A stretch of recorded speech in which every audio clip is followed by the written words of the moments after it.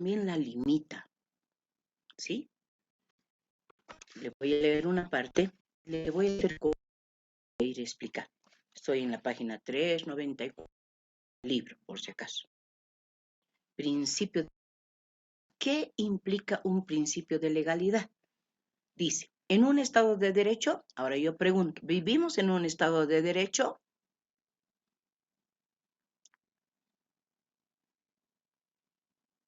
Guaguas.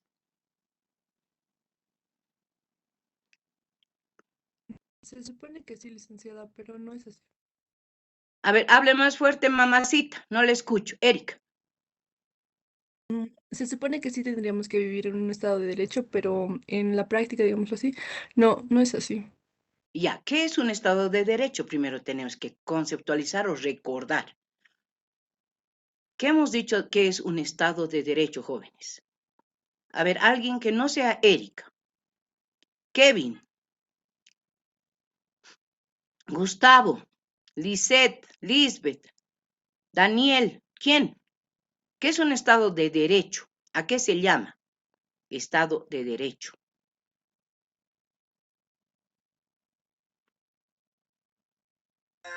Doctora, es cuando gobernantes y gobernados realizan sus actividades de acuerdo a la ley. Eso. Todos nos sujetamos a la ley. Todos. Desde el más alto funcionario hasta el más humilde boliviano. A eso se refiere Estado de Derecho. El derecho, la norma jurídica, ¿sí? Es la que raya la cancha. La norma jurídica es la que te dice qué puedes hacer, qué no puedes hacer. Cuando actúas fuera de eso, eres ilegal. ¿Ok?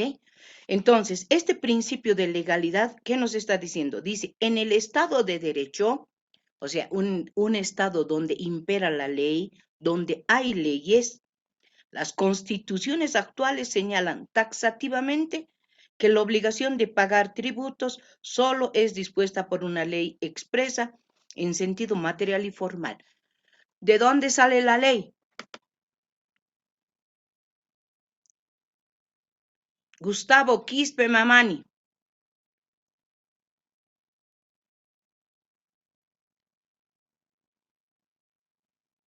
Kevin Poma.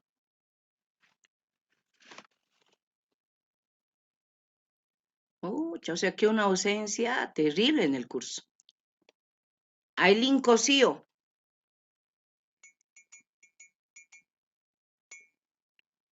Esa es la realidad. Esa es la realidad. No entran a clases.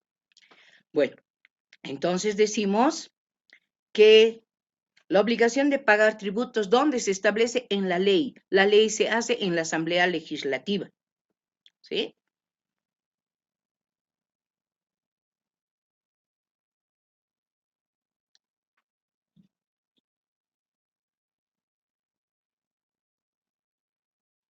Entonces, cuando la ley es en sentido formal, se hace referencia a que hay un ordenamiento constitucional. En el texto, ley material ha hablado en el texto y ha dicho norma jurídica dictada por el Poder Ejecutivo en ejercicio de la facultad reglamentaria.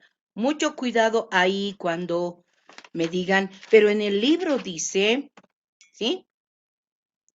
Que es una norma jurídica dictada por el Ejecutivo. Mucho cuidado ahí, ¿listo?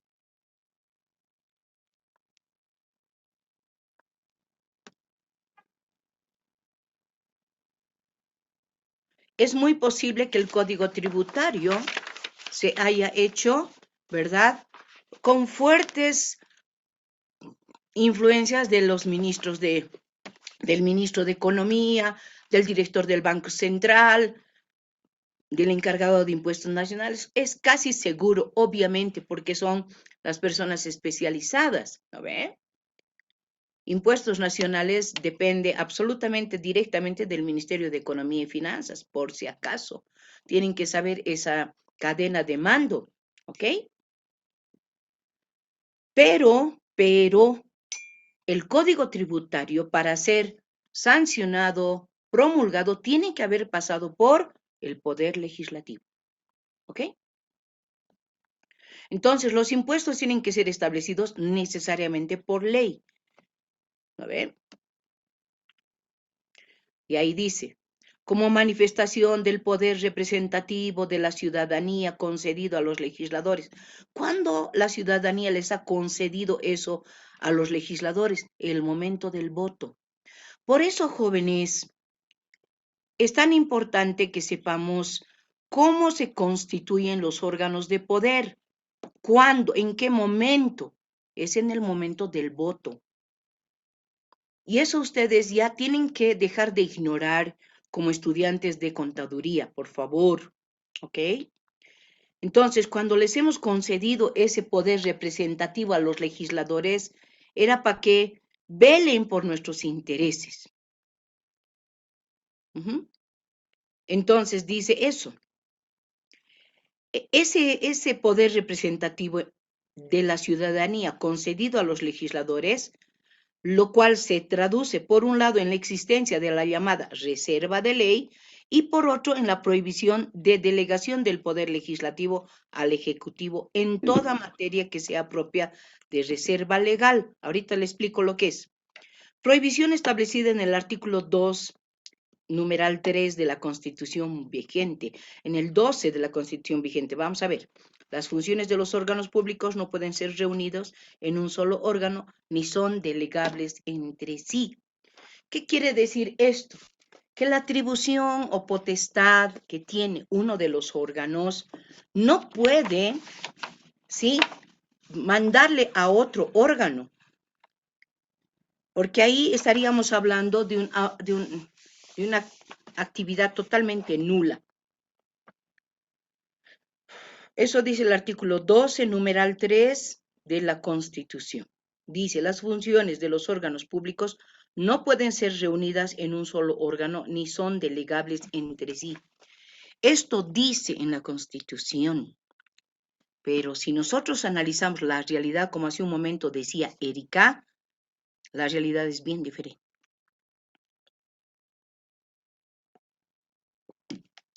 Casi todos los poderes y atribuciones están reunidas y sumadas en el órgano ejecutivo. Y ese es el peligro, jóvenes, y por eso estamos en graves conflictos, por eso. Porque un solo órgano se ha arrogado todas las funciones y las está ejerciendo. Entonces, ¿qué más dice? En el texto dice, es de extrañar que la Constitución vigente omita. Ese omita puede subrayarlo y puede sobresaltarlo. Omita enunciar expresamente en el artículo 323 que ya hemos leído el principio de legalidad, tal como lo hacen todas las otras constituciones. Si bien el numeral 2 dispone que los impuestos que pertenecen al dominio tributario nacional serán aprobados por la Asamblea Legislativa, hubiera sido más contundente añadir, de no ser aprobados por dicho órgano legislativo, ningún impuesto es obligatorio, pudiendo los interesados, como lo dispone el artículo 202, interponer recursos contra tributos, impuestos, tasas, patentes, derechos o contribuciones creados, modificados o suprimidos en contravención a lo dispuesto en esta Constitución. Entonces vamos a leer el artículo 202.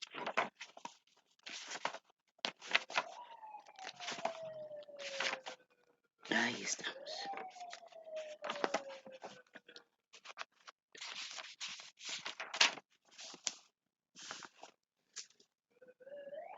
El 202, numeral 4, dice, los recursos,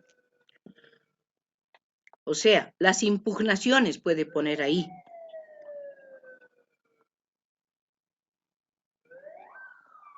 está hablando, cuando habla de recursos, está hablando de los mecanismos que tiene la población para reclamar, ¿ok? Cuando habla de recursos, no está hablando de recursos renovables, no renovables, recursos naturales, recursos económicos, no está hablando de eso.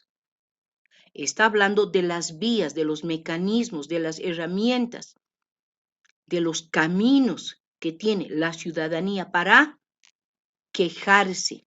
¿Estamos? Estoy en el artículo 202 de la Constitución.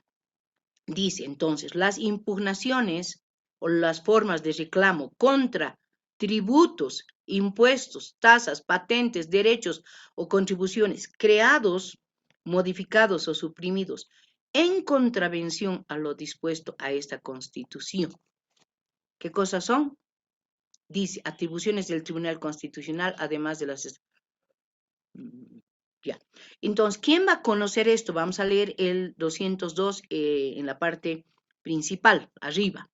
Dice, artículo 202. Escuche bien, por favor. Son atribuciones del Tribunal Constitucional, además de las establecidas en la Constitución y la ley, conocer y resolver esto.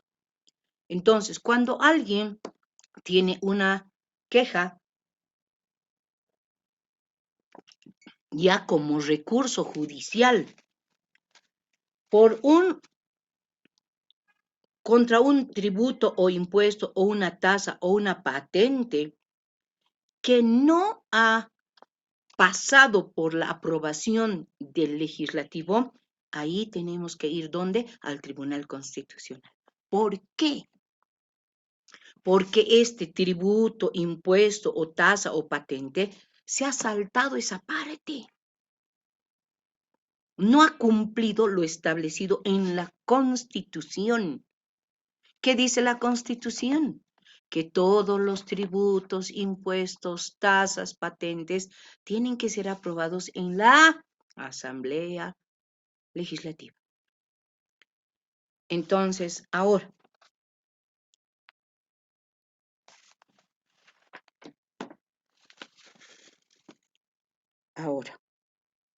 eso va a entrar al examen, jóvenes.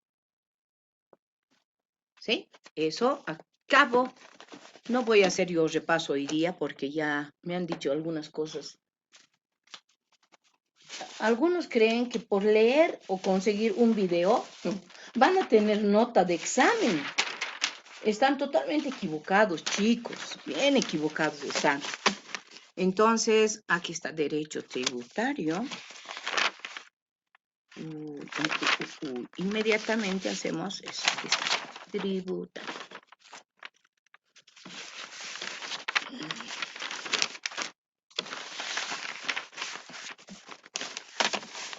Y anotamos aquí. Entonces, ¿alguna pregunta? Hasta acá yo voy a hacer esa pregunta en el examen. Si no has entendido, avísame. ¿Ok?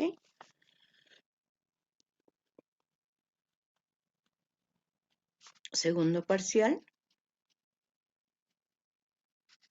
Sobre el principio de legalidad. Puedo hacer varias preguntas, ¿no ve? Porque hemos establecido que el principio de legalidad implica que todo tributo, impuesto, tasa, patente, esté en la Constitución primero y haya merecido la valoración y la aprobación por la Asamblea Legislativa. O sea, hayan revisado en una cámara, en la otra cámara, y recién se ha aprobado. ¿Ok? Y hemos leído el artículo 202, numeral 4 de la Constitución Política del Estado, que establece también aquel. Y hemos visto que en este artículo 202, ¿cuál es la instancia que va a conocer un reclamo, una impugnación, una apelación sobre impuesto, tasa, patente, tributo, que no ha pasado por ese proceso que establece la Constitución? Hemos dicho que, ¿quién va a conocer eso, chicos? Hemos dicho ahorita, Loeni Alarcón. En el Tribunal Constitucional, licenciada. Ok, en el Tribunal Constitucional. ¿Qué hace el Tribunal Constitucional? El Tribunal Constitucional, jóvenes, tiene la única tarea, claro que es, no porque yo diga única, quiere decir que es mínima, ¿no? Pero tiene la única tarea de velar por el respeto a la primacía de la Constitución. Tiene la tarea de vigilar, controlar que cualquier decisión, resolución, norma que sale no contradiga lo que dice la Constitución. A eso se refiere. Para eso ha sido creado. Lo único que tiene que hacer es eso.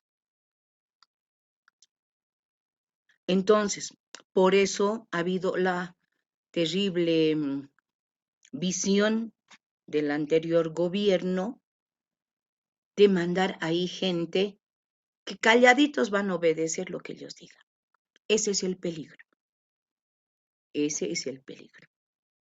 Entonces, se hacen contratos y ustedes como contadores públicos van a ver eso, chicos.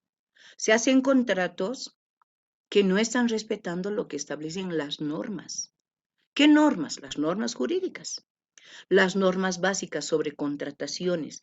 ¿Qué normas? Las normas básicas sobre compras de bienes del Estado.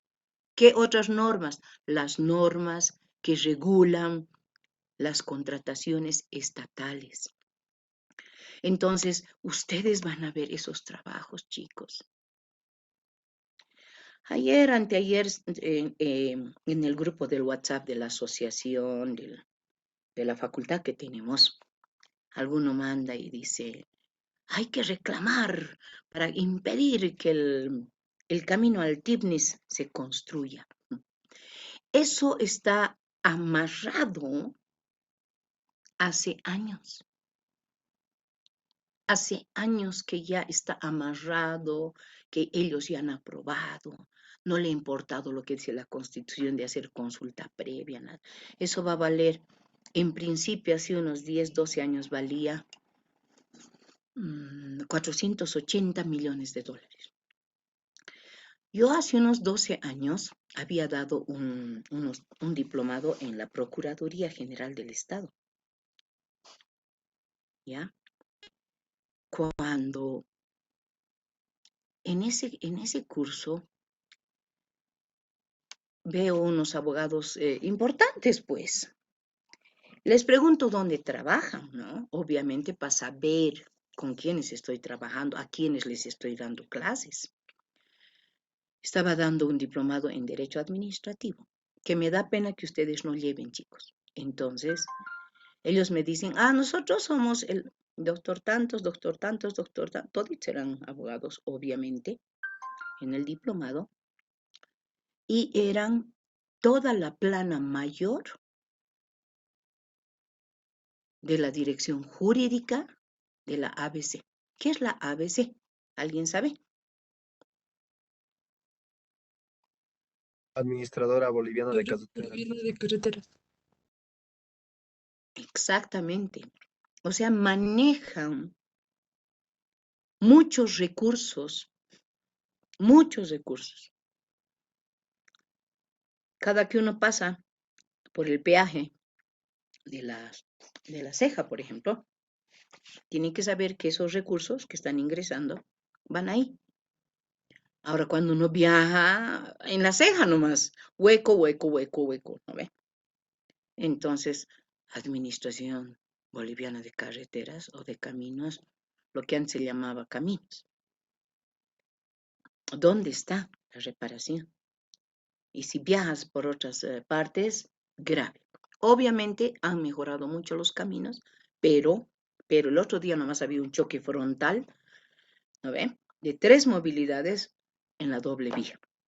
Qué Qué triste. ¿Por qué? Porque no estamos haciendo bien las cosas. Entonces, yo les pregunto a ellos, ¿no? Les digo, hablamos de contratos administrativos, tipos de contratos, cómo tiene que ser el contrato administrativo. Y eso es algo que ustedes tienen que saber, jóvenes. Y ellos me dicen, creo que esa vez, ¡pum!, se les ha ido del control. Ellos no debían hablar, pero hablaron. Y me dicen, pero el contrato del camino del Tignis ya está, pues, doctorita. Ha sido un contrato llave en mano. ¡Wow! ¿Qué es un contrato llave en mano? Cuando se hacen este tipo de obras tan grandes, porque se supone que ese camino va a atravesar por todo el territorio nacional, incluido el Tignis. ¿Qué es el Tignis? Territorio indígena campesino. ¿Qué más?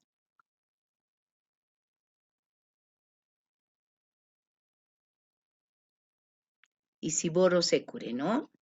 Tienen que saber. Se supone, y en la Constitución dice, que cuando se va a realizar una obra que pase, digamos, por una casa, por un poblado, por una ciudad, ese es un territorio protegido. Área protegida quiere decir nadie toca. Por eso se llama área protegida. ¿Ok? Pero imagínense, este camino lo va a atravesar el Tigris. Ahora, unos dicen, está bien, porque esa población va a tener acceso a caminos y va a llegar ayuda y va a llegar salud. Ni al hospital obrero llega la salud, ni al hospital general va a llegar al Tigris, ¿no ve? Entonces, podría ser esa una visión positiva. ¿Cuál es la posición? ¿Cuál es la visión negativa? ¿Qué más va a llegar? Van a ingresar todos los delincuentes que escapan de otros países, como está pasando en las ciudades fronterizas, pueblos fronterizos, Pando, Santa Cruz, Beni, etcétera, y se van a entrar. En realidad ya están. Y van a llegar también cocaleros que ya están. Y los han destruido sus pequeños poblados, los han quemado. ¿Y qué han hecho? Sembrar coca.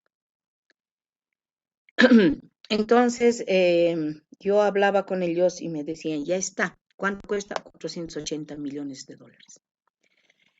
Disimuladamente van a hacer lo siguiente. Como va a ser un camino que va a atravesar un territorio, entonces van a empezar aquí arriba, disimuladamente aquí arriba, antes de que atraviesen el Tigris. Digamos que el Tigris va a estar aquí al medio. Entonces van a empezar aquí arriba y aquí abajo. Y van a ir cerca, van a ir subiendo unos y los otros bajando. Y de pronto se van a encontrar justo al medio en el Tigris. La constitución política del Estado, hecha por ellos, ojo, ¿no?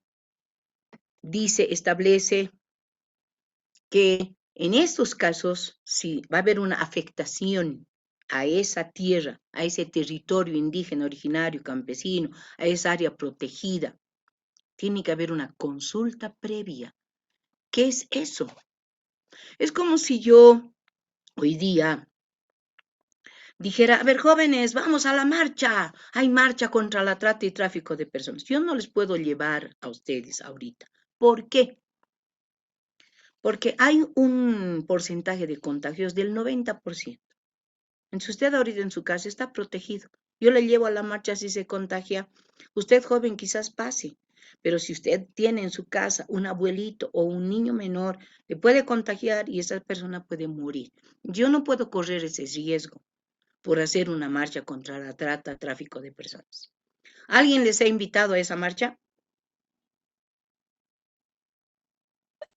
No, doctora, por mi parte. No, No, doctora. entonces no les han invitado como curso. Yo tampoco les voy a decir, ya deben estar allí en el atrio reunidos, no sé qué, la mamá de la Sarlet ha pedido apoyo, no sé qué. Está bien, es una buena causa, pero ya le explico yo por qué no le he dicho a usted nada. ni le voy a decir que vaya, ¿ok? Porque prefiero preservar su vida aquí. Con una marcha, jóvenes, no se va a solucionar nada.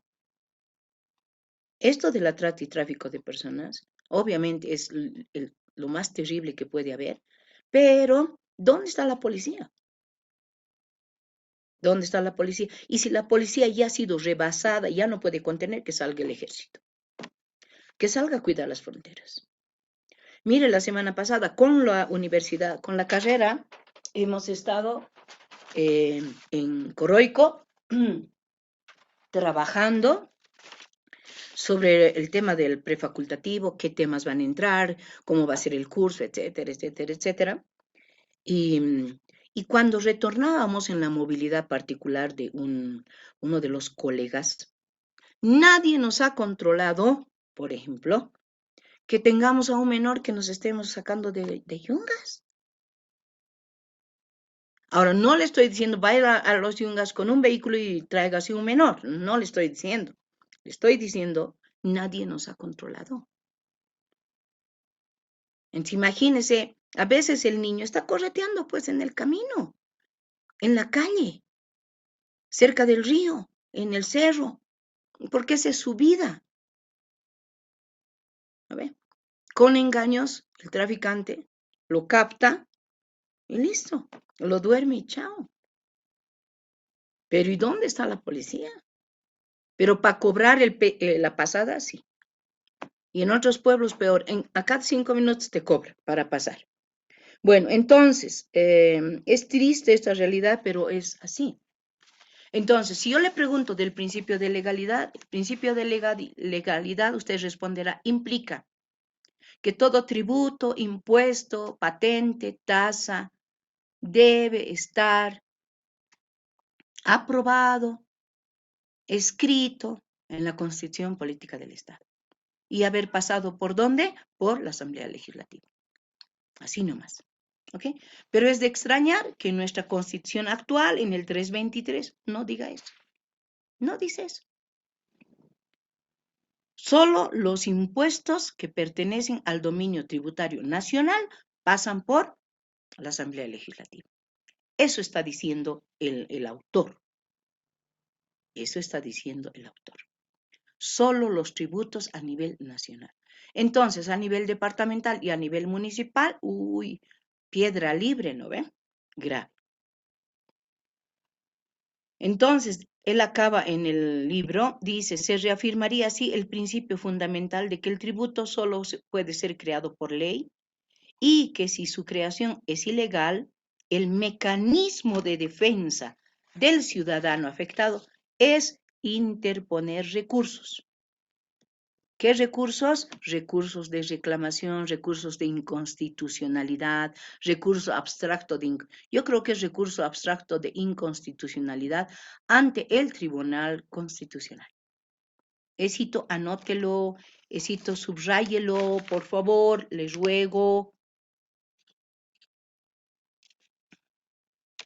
Porque en la última parte de derecho tributario, antes de entrar a derecho aduanero, a legislación aduanera, vamos a ver los recursos.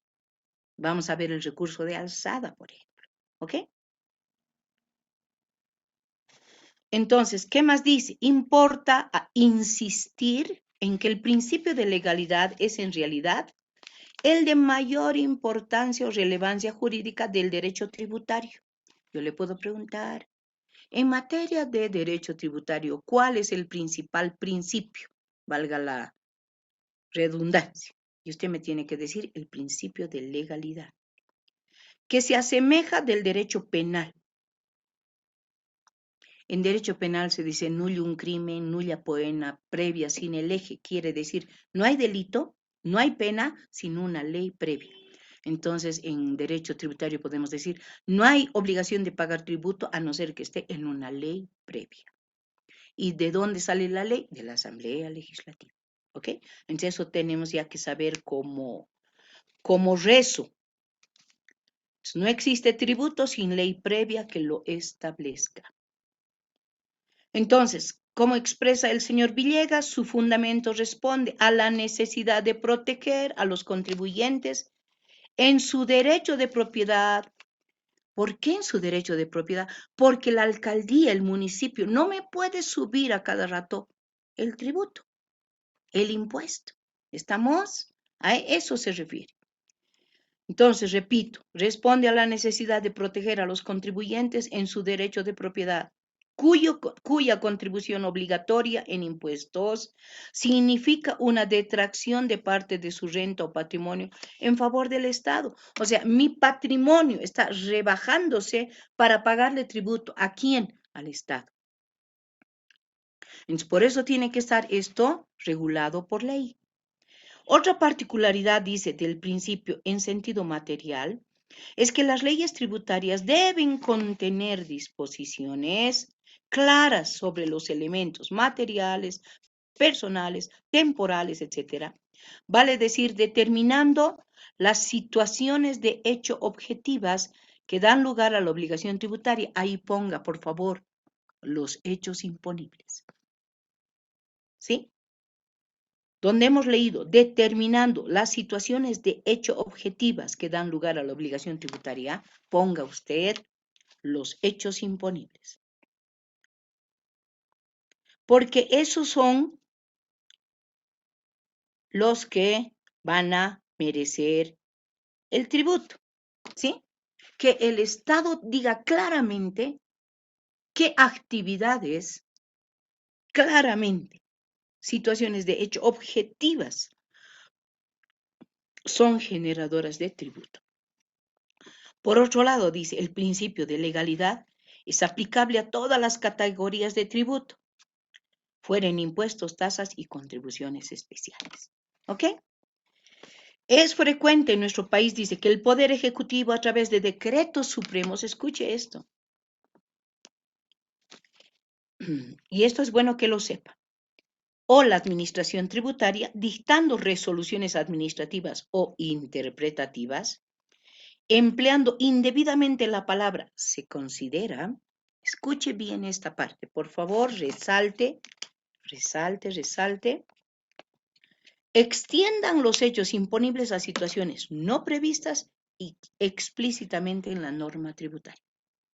Entonces, cuando aparece que el Ejecutivo saca un decreto supremo y dice, en consideración a tal cosa, tal cosa, tal cosa, y de pronto dictan resoluciones, ¿sí? Y extienden los hechos imponibles a situaciones no previstas antes, nos están generando una inseguridad jurídica. Porque uno dice, pero no pagaba yo impuestos de esto. Y ahora dice, no, es que hemos considerado. Wow. Entonces, eso nos trae, ¿qué hemos dicho? Inseguridad jurídica. ¿Qué es inseguridad jurídica? La inseguridad jurídica es no saber a ciencia cierta si yo tengo que pagar de esta tasa, de esta cosa, o de esta cosa más. Porque antes no me cobraba. Pero ahora el Estado está detrás de todo, lo que puede generarle tributos. ¿Ok? Y eso no está bien. Eso no está bien porque es violatorio, atentatorio de la Constitución, del principio de legalidad, etc. Seguiremos para entender. Si usted no entiende, avíseme, por favor. El principio de legalidad, estamos en la página 396.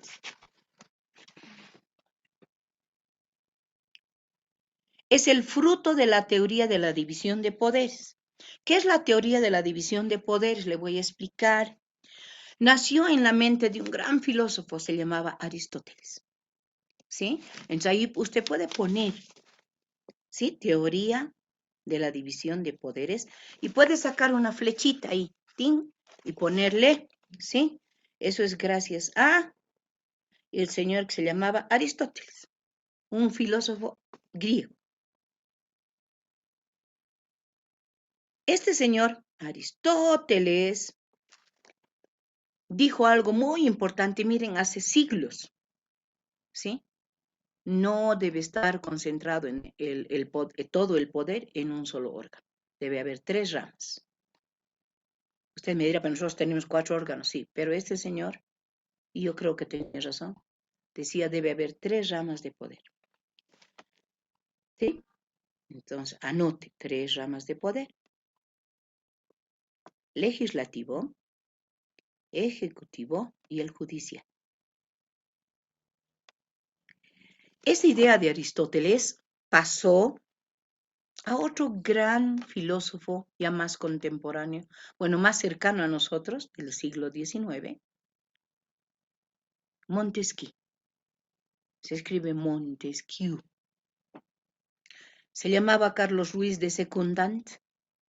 Era un hombre que quiso estudiar derecho, no le fue bien, pero es un hombre que persistió en conocer, en leer y en leer. Obviamente era un hombre que tenía recursos. Fue apadrinado por su tío, el príncipe de Montesquieu, y por eso cambia su nombre. Y él, Montesquieu, ¿sí? En su libro El espíritu de la ley, habla de eso. El espíritu de la ley. Y ahí dice, las leyes tienen que ser pensadas en los destinatarios de esa ley. Cuando yo hago una norma para ustedes, digamos, nadie va a entrar a partir de las 9:10 del curso, digamos, ¿no? Al curso. Es una norma que está pensada en ustedes. Yo digo, de repente alguien, el profesor que ha pasado con ustedes de 7:30 a 9, hasta las 9:05 los ha tenido, que a veces pasa, ¿no ven? Entonces yo les doy un poquito de margen. ¿Para qué? Para que por lo menos puedan servirse un café, un té, agua, un helado, un refresco, una fruta, etc., ¿no? Entonces, esto es importante. El principio de legalidad es fruto de la teoría de la división de poderes. ¿Quién habló de la división de poderes? Montesquieu, recogiendo el pensamiento de un filósofo más antiguo que se llamaba Aristóteles, que se fortalece con el constitucionalismo. ¿Qué es el constitucionalismo? Es un proceso mediante el cual las naciones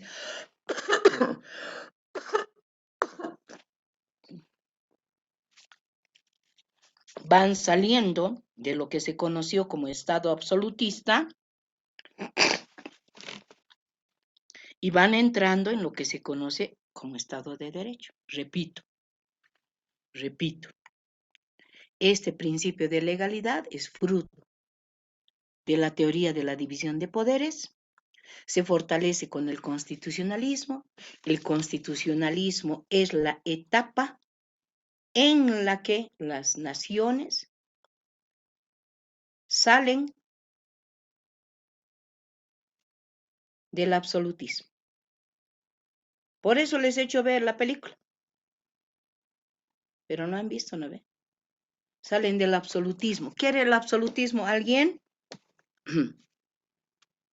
5, 4, 3, 2, 1, 0. Se perdieron puntos. ¿Qué es el absolutismo, chicos? Es donde se reúnen todos los poderes, licenciada, en un solo lugar, por así decirlo. En un solo lugar. En una En sola una sola. persona, en una Ah, sola persona, disculpe. qué diferente, ¿no ve? Qué diferente, ¿no ve? Es la concentración de todos los poderes en una sola persona. Esa persona, ¿quién era? Ángel Rodríguez. El rey, licenciada. Esa persona era el rey. Esa persona era el rey. ¿Sí? Entonces, eso fue el absolutismo, por eso hemos visto la película, ¿no ven?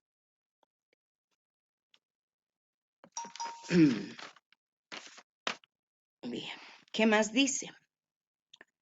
Y que aceptando como dogma fue generalmente respetado en muchos países. Entonces, ¿qué fue?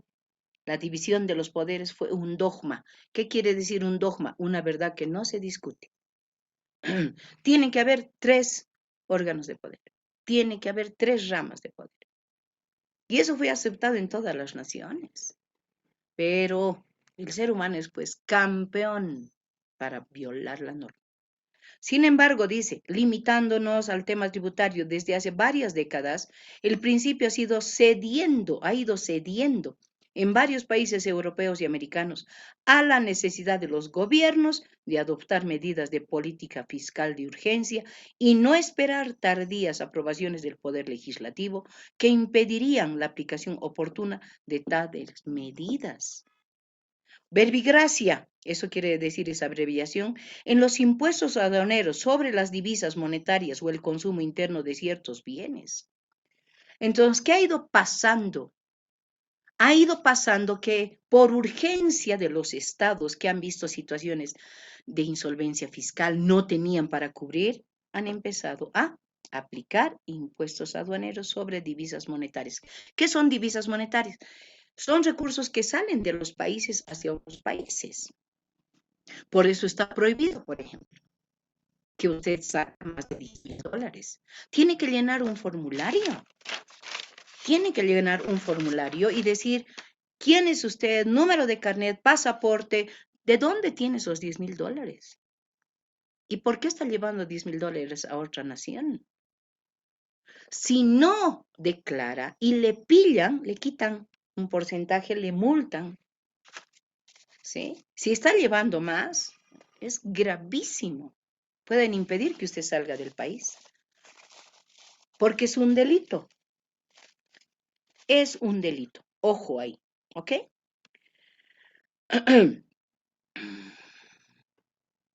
Y también sobre el consumo interno de ciertos bienes. O sea, que importar, exportar algunos bienes se ha hecho más gravado. Han gravado la importación de esos bienes. Otras naciones, otras ideas más flexibles, también sería que la disposición prevista en la Constitución, autorizando al órgano legislativo, delegarle al Poder Ejecutivo facultades específicas para reglamentar en forma amplia y restringida algunos impuestos en Latinoamérica. Ambas formas de delegación han sido adoptadas, entre otras naciones, por Brasil, Colombia, Venezuela, Perú y México, cuando así lo exigen situaciones extraordinarias. ¿A qué podemos llamar situación extraordinaria? Una situación, sí, que no está considerada como rutinaria, normal, pues, la pandemia, por ejemplo. ¿Okay? Ahí el autor se manifiesta y dice, personalmente creo que los ordenamientos constitucionales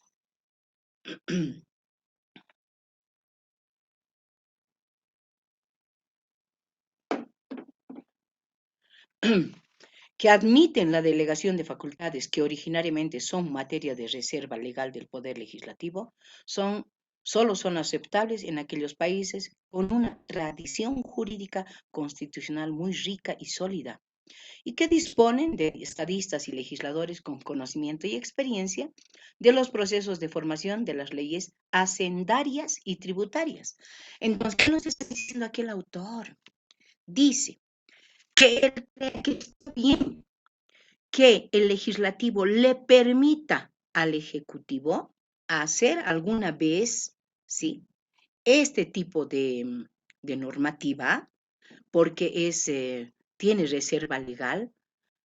¿Qué es reserva legal? Solo puede hacer el legislativo, eso dice, ¿sabe? Pero dice, en algunas naciones puede ser aceptable, ¿dónde? Cuando tienen una tradición jurídica constitucional rica y sólida.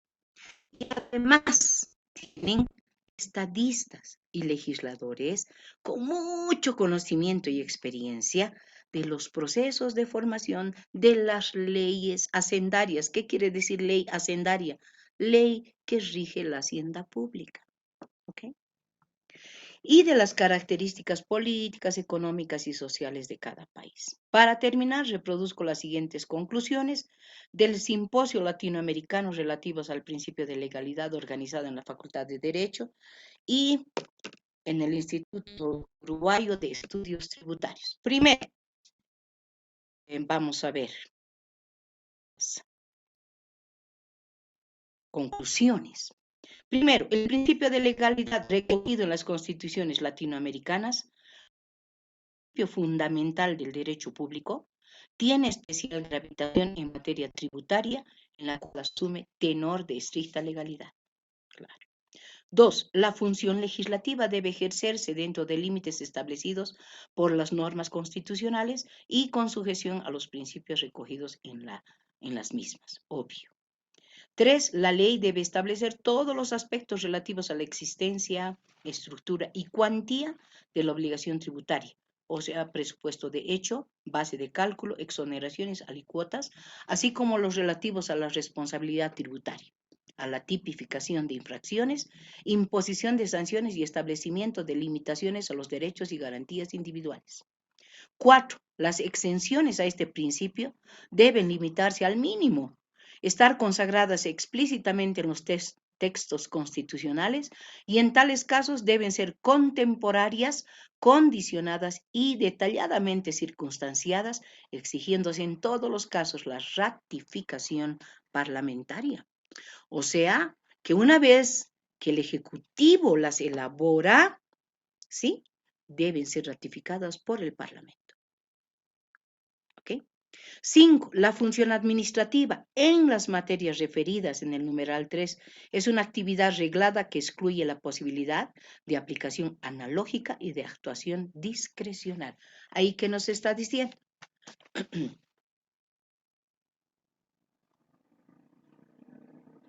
Nos está diciendo lo siguiente,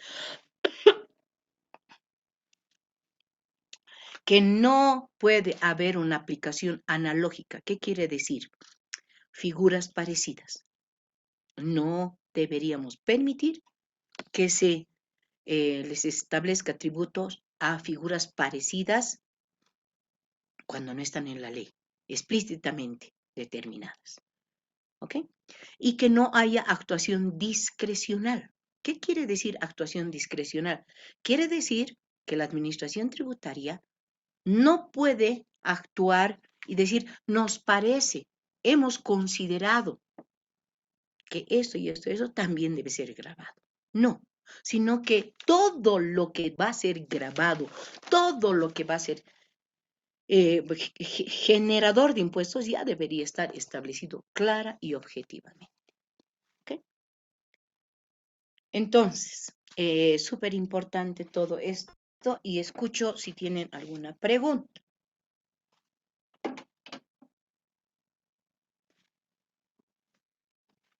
¿Nada? Ok. En el punto 2 hay unos principios tributarios que no están en nuestra Constitución. Y vamos a ver, para conocer, ¿ok?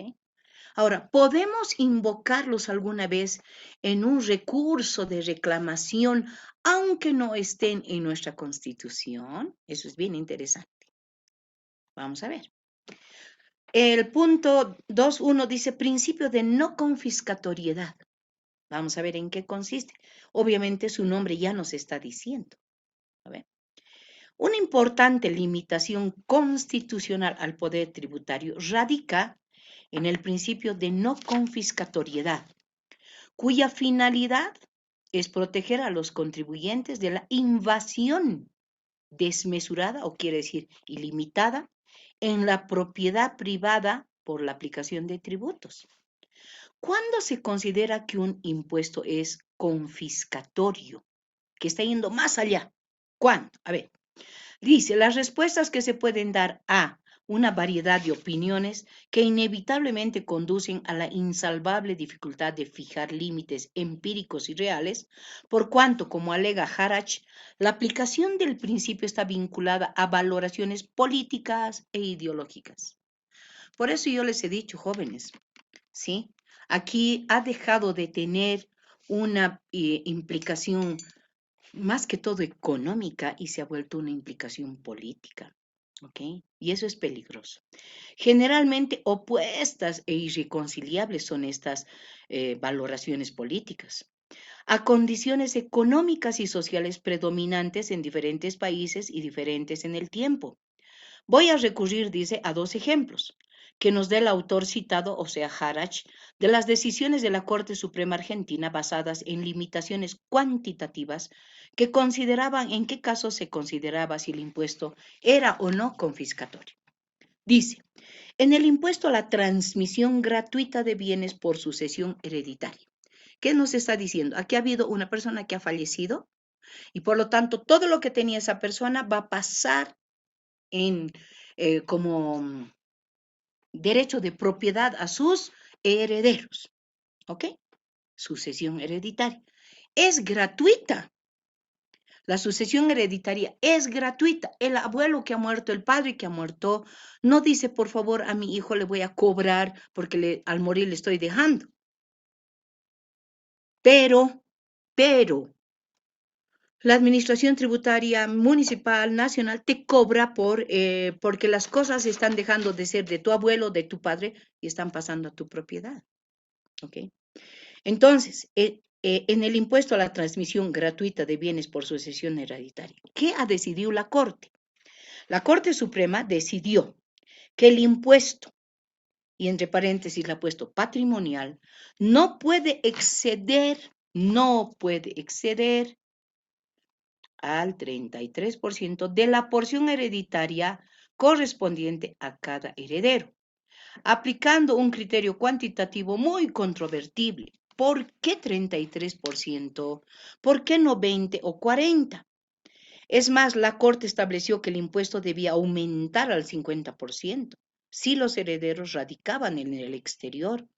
Impuesto al ausentismo. ¡Wow! Imagínense, muere un abuelo, un papá, deja una casa, pero el hijo, el nieto vive en otra parte. Entonces, aplícale en 50%. Interesante el criterio.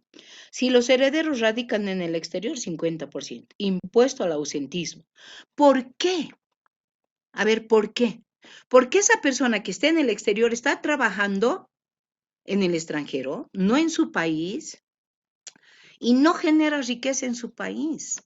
Sin embargo, acaba de heredar un bien en su país. Entonces, cóbrenle el 50% de impuesto. ¡Wow! Posteriormente, la Corte dio paso atrás, fijando como límite 33%. Otro tema, en el impuesto a los bienes inmuebles rurales. Se definió asimismo que si el impuesto excede al 33% de la renta o alquiler del predio, a pesar de ser racionalmente cultivado, el impuesto es inconstitucional porque absorbería permanentemente el fruto de la renta. En los países anglosajones como Estados Unidos, Suecia, Dinamarca y otros se aplican impuestos progresivos que llegan a alícuotas marginales elevadísimas del 80 y 90%. ¡Wow! Qué bárbaro, ¿no? Bueno, nosotros veremos que en la anterior constitución de Bolivia, al no contener una referencia concreta al principio en cuestión, su naturaleza permitiría identificarlo con el derecho de propiedad tutelado en el artículo 7, inciso, que advierte que su aplicación en el país deviene incierta porque habría que prever si la carga tributaria confiscatoria debe ser individual por tributo o la suma de todos estos, así como si es aplicada a impuestos directos como indirectos. Recuerda además el ponente el aumento de la carga fiscal directa sin precedentes en la legislación nacional para el sector de hidrocarburos, sometida durante el 2007 a una carga fiscal del 53% en regalías, el IDH y el IT, impuesto a la transacción, más otra carga adicional sobre la renta neta del 50% y un 12.5% sobre la renta bruta por remesas al exterior, o sea, lo que se envía al exterior, en giros, etcétera, ¿no? Nota, dice, es muy grato resaltar que el relator nacional del representante boliviano mereció públicamente de parte de Pascual Pistone de Italia los principios tributarios, que expuso los principios tributarios ante las nuevas formas de imposición de la renta, un reconocimiento por el excelente trabajo de nuestro compatriota. Interesante. Bien, entraremos a este principio de razonabilidad para ya ir acabando. Principio de razonabilidad. Parte del supuesto que el simple enunciado de la legalidad es insuficiente. Si los actos y decisiones de los poderes legislativo, ejecutivo y judicial violentan la razonabilidad, si entendemos por razonable aquello que es conforme a la razón, y es decir, lo que es equidistante entre los extremos del exceso y el efecto coincidiendo el concepto con el de la equidad, llegando hacia la posición justa. ¿Qué nos está diciendo aquí? Qué bonito. El principio de razonabilidad nos dice, tiene que ser el tributo cuando es anotado, redactado, declarado, ¿sí? Razonable. No puede violentar, no puede ir en contra de la razón, ¿sí? O sea que tiene que evitar el extremo de abusar y también tiene que evitar el extremo de ser ridículamente ínfimo, ¿entienden? O sea, tiene que haber un equilibrio, eso nos está diciendo, para que sea con equidad, pensado con equidad, ¿ok? ¿Qué más dice? La razonabilidad es una garantía constitucional de la tributación, que funciona independientemente como garantía innominada, entendida esta como la exigencia de que el tributo sea formalmente legal y justo, y en cuanto a elemento material, tales como la generalidad, por eso, impuestos generales para todos. Pero yo tengo solo 10 pesos, pague de esos 10 pesos. Yo tengo 10 millones, pague de esos 10 millones. A eso se refiere, jóvenes. Entonces tienen que haber principios como la generalidad, la igualdad, la proporcionalidad y la capacidad contributiva. Sean resultantes esos criterios de un juicio de valor del legislador, acorde con parámetros determinados de la justicia de la imposición. No puede ser pues que un senador cocalero diga que los cocaleros no pueden pagar. Porque estamos viendo que un pinche cocalero tiene un Lamborghini. ¿Sabe cuánto cuesta un Lamborghini? A ver, pregunté. Ahora, en la tienda allá, ahora hágalo traer. Primero apréndase a lavar, ¿no? La cara. Bueno, entonces, hasta ahí, si no hay preguntas, por favor, yo estoy aquí. Y si no, llevaremos el principio de solidaridad más.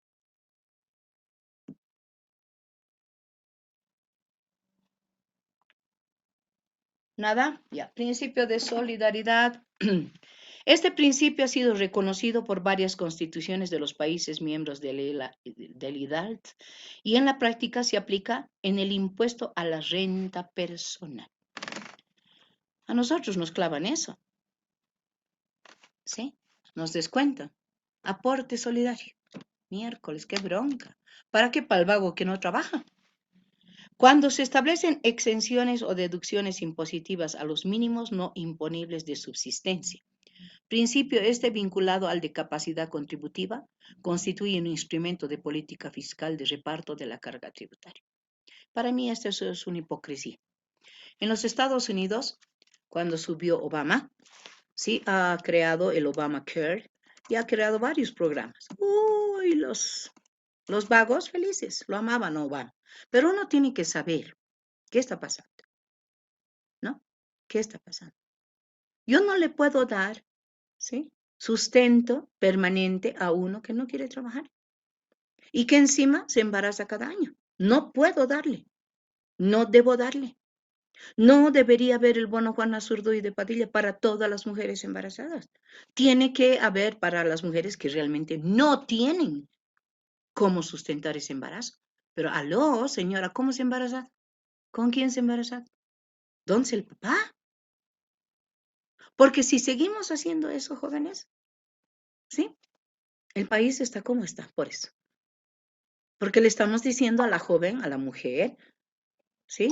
Tenga nomás relaciones con quien le dé la gana y siga procreando, porque el Estado le va a pagar el bono Juana Zurduy, porque le quita a los pobres brutos que trabajan y que tienen que dar el aporte solidario. No sale del Estado, no sale del bolsillo del presidente, sale del bolsillo de quienes trabajamos. Entonces, por favor, jóvenes. Entonces usted dirá, pero hay mujeres que realmente necesitan. Claro que sí. A esas mujeres, a las que se le ha muerto la pareja, por ejemplo, perfecto. Pero no son todas, pues guaguas. No son todas.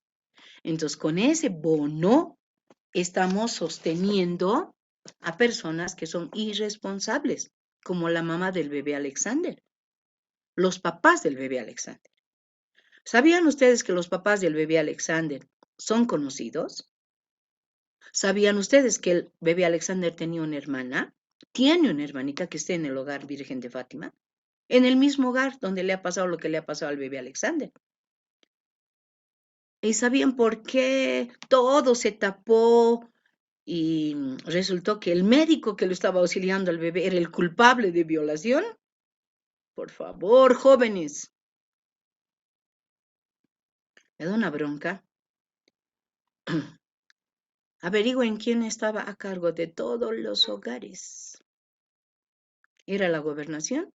¿La mujer de Cocarico? Averigüen quiénes. ¿No? Entonces, si todo se tapa así, grave. ¿No? Grave, una vergüenza. Ya, hasta ahí. Nos vemos el miércoles, guaguitas. Ya vamos a fijar examen segundo parcial. ¿Ya? ¿Preguntas?